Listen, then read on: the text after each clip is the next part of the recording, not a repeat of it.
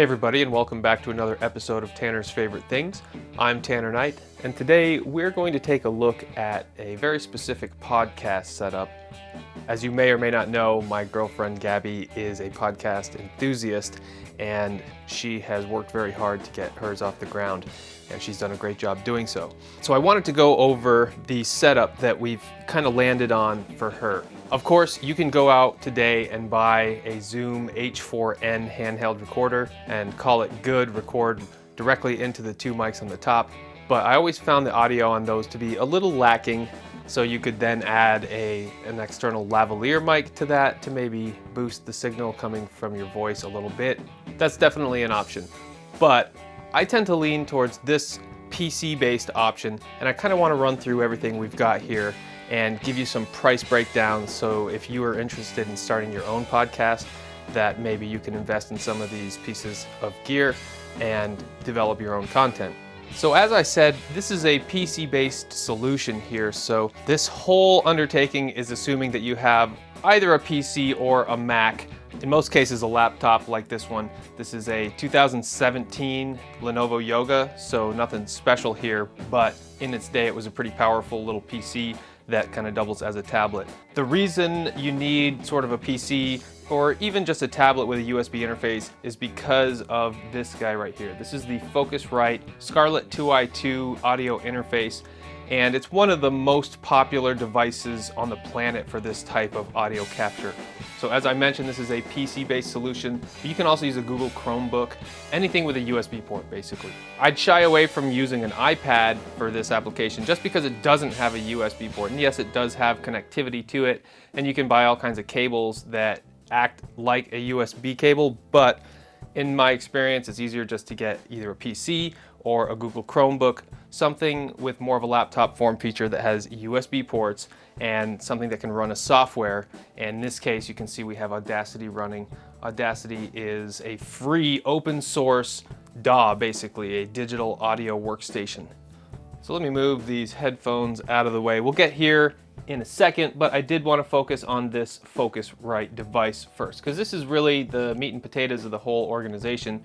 This is what is acting as a sound card on a PC of the olden days. I don't know if people remember computers that had third-party sound cards that would hook up to the motherboard, but this is basically one of those in a box. You plug in microphones. In this case, I have a wireless microphone plugged into the XLR input number 1, but you also have a second one right here. One of the things that's great about these Focusrite interfaces is that the XLR inputs are also 1/4 inch. So for instance, I know this is not a microphone, but you can plug a 1/4 inch input right into that slot as well as a 3-pin XLR. So a really nice thing. And what this is actually the headphones. And what we have for headphones is a pretty cheap pair, this Tascam TH300X pair. I made a video unboxing this and its younger brother, the TH200X Tascam headphones. So if you'd like to check those out, feel free to go back. I'll link those videos in the description. But our Tascam headphones plug directly into our 1/4 inch input for headphones. Really nice and robust. You have your own dial for that control, so you can get a really good level on your mics before you record a single sound. If you do have studio monitors, you can always hook them up there. If you have a condenser microphone, which we'll get to in a second, you have the option to add a 48-volt phantom power. So if you have a condenser microphone, you can power it through this device as well. Other than that, there's some more advanced settings that you don't need to worry about at this point, but just know that this box right here, I looked on Reverb, you can find them around 150 bucks. I suggest 2 or more inputs. They make them with 4, they make them with 6, they make them with 8, they even make them with 18, which is the other Focusrite device that I have currently. But I love this little 2 input for this specific application because you can have 2 people participating in a podcast, 2 individual signals being captured at once, and it's a very small, tight form factor, and one that I haven't had a single problem with over the years. All right, so next, let's talk about the microphone. Right now, I've got a very luxurious option, we'll say right here. This is the Sennheiser AVX wireless microphone system, and this is a really cool unit, but it's what I would call overkill in most applications. Right here is the receiver. It plugs into the XLR input on your Focusrite or any other audio input device, and this is the receiver, just like any other lavalier mic. It wears on your lapel and captures sound very nicely. I happen to be using one of these microphones right now that's plugged directly into the camera, so the audio you're hearing now is being captured by a second one of these. However, these are pretty pricey. They're MSRP around 600 bucks. You can pick them up used for around the $450 to $500 mark if you're lucky. The reason that I invested in these particular microphones is because Gaby does do a lot of yoga style of content and has to be mobile. So part of her yoga practice is aerial yoga, and that involves an aerial hammock, which is really cool, but you have to be completely untethered. And the distance between her and the microphone it has to be at least 10 feet. So having a microphone cable that long is just not realistic. So we need a wireless microphone option here. And I just wanted to show you this Sennheiser bag here. This is what this unit comes in, and it just has some accessories here, but that's part of the Sennheiser wireless microphone system. Before we get into other microphone options, the connection path is Focusrite. It has a USB Type-C in the 3rd generation if you get the 3rd generation of the Focusrite device. Otherwise, it's just a regular old USB Type-2, but that goes directly into a USB 2 or 3 port here on the PC. And then the digital audio interface captures that sound coming from here. So what if you don't need the mobility of a wireless microphone setup? Well, there's a lot of different options. Let's get into those right now. All right, so this is kind of my lowest recommended spec as far as getting yourself a microphone to capture your own audio, to be plugged into the Focusrite, to then be plugged into the computer.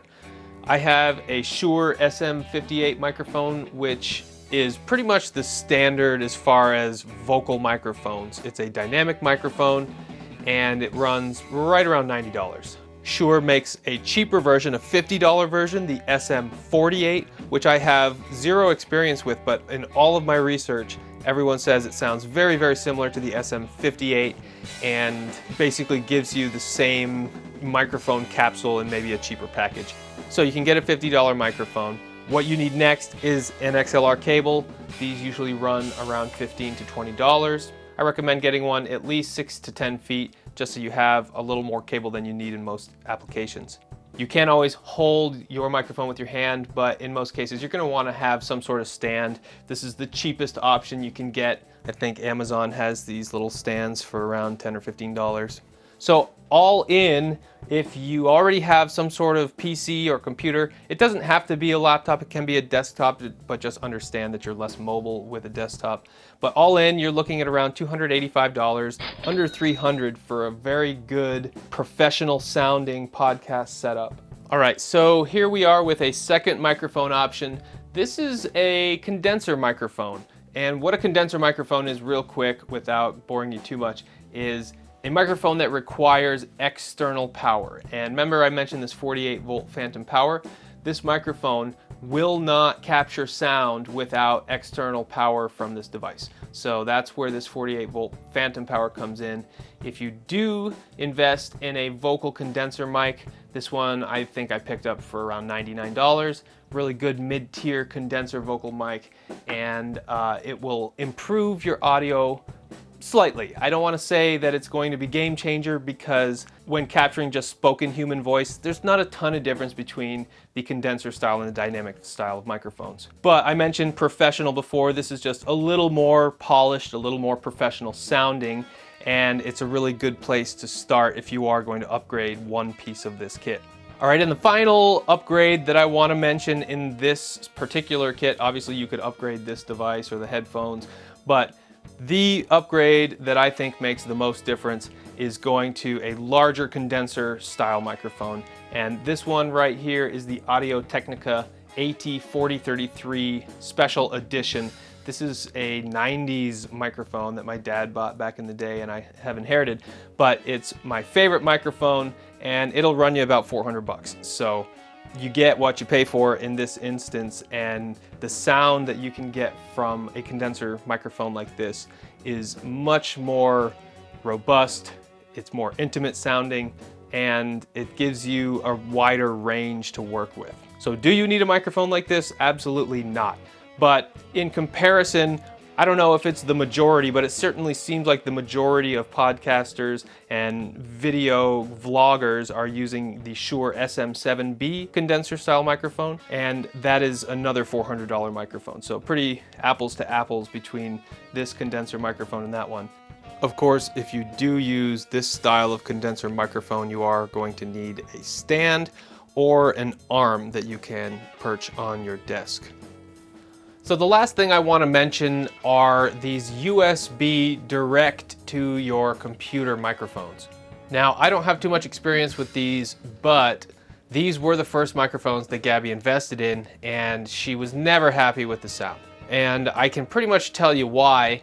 The USB connection just does not have enough power to transmit a quality audio signal from a microphone capsule like you see here to a computer. So it's just not a good option. And I can understand why a lot of people would gravitate towards these microphones as their first choice, just because you don't need an audio interface.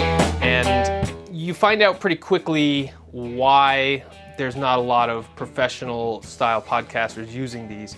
The audio either just doesn't sound up to snuff, or you have the issue of the USB ports breaking, and they're always very fragile, and these microphones don't hold up as long as like an SM58. I did want to point out that this Audio-Technica option here, it's the ATR 2100 USB, does have an XLR. So if you wanted something that is a little more robust, then this would be your option. You can see that USB option coming out there, and also the XLR. So I do want to do a microphone shootout video very shortly as well. So look out for that, where we take these cheaper microphones, plug them in via USB and XLR, and see what the difference is. And hopefully you can get a really good idea of why not to invest in this style of microphone. So both the Audio-Technica option and this Blue Yeti style microphone, they are attractive options, but I would say stay away if you can, and just invest a little bit more and you'll have a much more professional sounding option. This Blue Yeti mic is actually $130, so it's not cheap, but the USB connection has always been a problem with it. So hopefully this gives you a good place to start. If you have any questions, or if you have any experience with any of this particular gear, I'd love to hear what you have to say, or if you've gotten really good results out of this Blue Yeti mic or this Audio-Technica USB mic, I'd love to hear it and how you accomplish that as well. Also, if you decide to purchase any of these items that you've seen on this video, I have them all linked below through my Amazon affiliate account. So feel free to like and subscribe if you do like this video. Again, I'll have another shootout of all of these microphones coming at you pretty soon. Until then, thanks, and hope to see you on the next one.